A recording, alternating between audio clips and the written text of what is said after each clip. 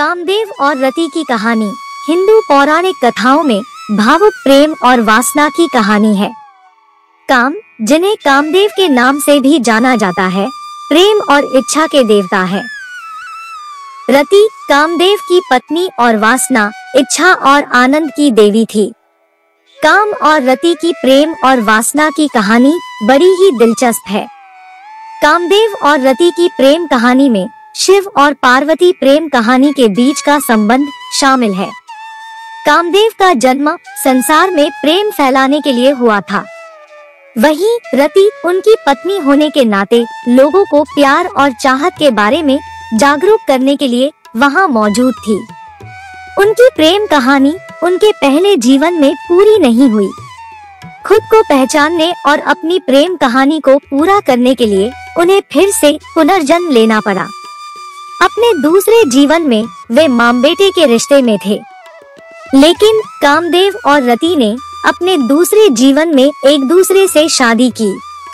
यह बहुत अजीब लगता है ना, कि एक माँ अपने बेटे से कैसे शादी कर सकती है। आइए जानते हैं पूरी प्रेम कहानी के बारे में। कामदेव का जन्म ब्रह्मा के मन से हुआ था। वह एक इंसान की तरह थे जिसके पास पंख और प्यार का तीर था। कामदेव ने इस बाण का प्रयोग लोगों में प्रेम फैलाने के लिए किया था। उनका तीर गन्ने और मधुमक्खियों से बना था। तीर की नोक पर तरह तरह के सुगंधित फूल लगे हुए थे, जिनमें मीठी सुगंध थी। कामदेव का वाहन तोता था। वह अपने तोते पर दुनिया में घूमता और प्रेम फैलाता था। वहीं रति राजा दक्ष प्रजापति की पुत्रियों में से एक थी। उन्होंने अपने पसीने से रति बनाई, जैसा कि भगवान ब्रह्मा ने निर्देश दिया था।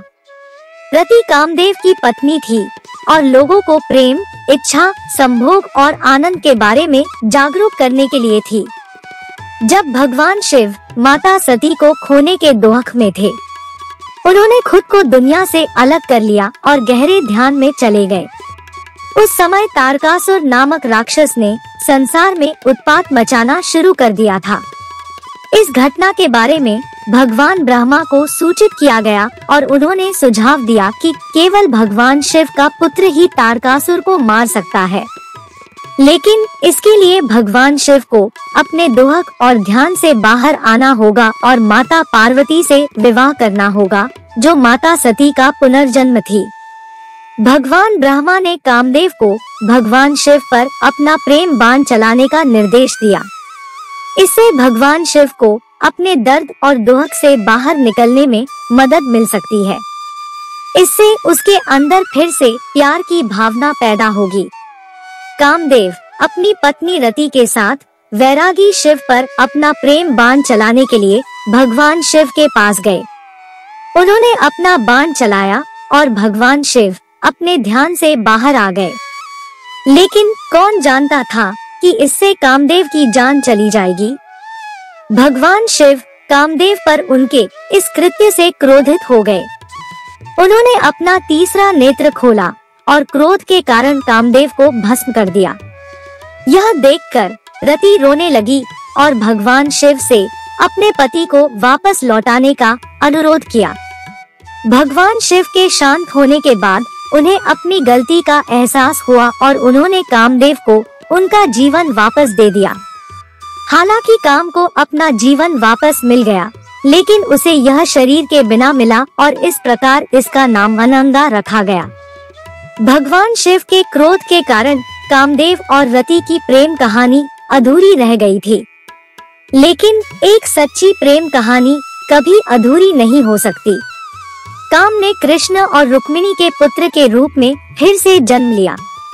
उनका नाम प्रद्युम्न रखा गया। प्रद्युम्न का अपहरण सांबर नामक राक्षस ने किया था। प्रद्युम्न का जन्म इसी राक्षस सांबर को मारने के लिए हुआ था। जब राक्षस द्वारा उसका अपहरण कर लिया गया था, तो सांबर की पत्नी माया देवी प्रद्युम्न की अपने बेटे के रूप में देखभाल करती थी। माया देवी कामदेव की पूर्व पत्नी रति का अवतार थी। उसने अपने क्रूर पति सांबर से प्रद्युम्न की रक्षा की।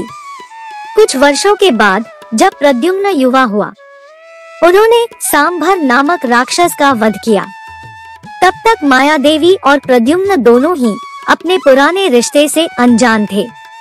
लेकिन बाद में प्रद्युम्न को अपने असली स्वरूप का एहसास हुआ और वह अपने पिछले जीवन में कौन था। उसे पता चला कि माया देवी, जो वर्तमान जीवन में उसकी माँ थी, पिछले जन्म में उसकी पत्नी रति थी। जल्द ही उसने माया देवी को यह एहसास दिलाने की कोशिश की कि वह उसकी पत्नी रति है, ताकि वे दोनों शादी कर सके और अपनी प्रेम कहानी को पूरा कर सके। माया देवी को भी सारी घटनाएं मालूम हो गई कि कैसे वह अपने प्रेम कामदेव से अलग हो गई। इसके बाद दोनों ने एक दूसरे को पहचान लिया। प्रद्युम्न और माया देवी, कामदेव और रति ने एक दूसरे से विवाह किया। कामदेव और रति का उद्देश्य लोगों को इच्छा और भावुक प्रेम का एहसास कराना था। वे विशेष रूप से इस उद्देश्य के लिए भगवान ब्रह्मा द्वारा बनाए गए थे। कामदेव और रति के भाग्य के कारण उनका अलगाव हो गया, लेकिन वे दोनों एक दूसरे के लिए ही बने थे। आखिरकार उन्होंने पुनर्जन्म लिया और एक दूसरे से शादी की। हालांकि मम बेटे की शादी को लेकर लोगों में गलत धारणाएं हैं, लेकिन यह दो आत्माओं का पुनर्जन्म था जिन्हें अपने पहले जीवन में प्यार हो गया था। दुनिया को संभालने के लिए काम और रति की प्रेम कहानी को पूरा करना जरूरी था, क्योंकि उनका जन्म एक प्रेमपूर्ण दुनिया बनाने के उद्देश्य से हुआ था। काम और रति की प्रेम कहानी जीवन में उनके उद्देश्य के प्रति समर्पण का एक उदाहरण है। दोस्तों, कमेंट करके बताएं कि आपको हमारी यह कहानी कैसी लगी। पसंद है तो इसे लाइक और शेयर करें और ऐसी ही मजेदार कहानियाँ सुनने के लिए चैनल को सब्सक्राइब करना ना भूलें। मिलते हैं जल्दी ही एक और नई कहानी के साथ। तब तक स्वस्थ और खुश रहें। नमस्कार।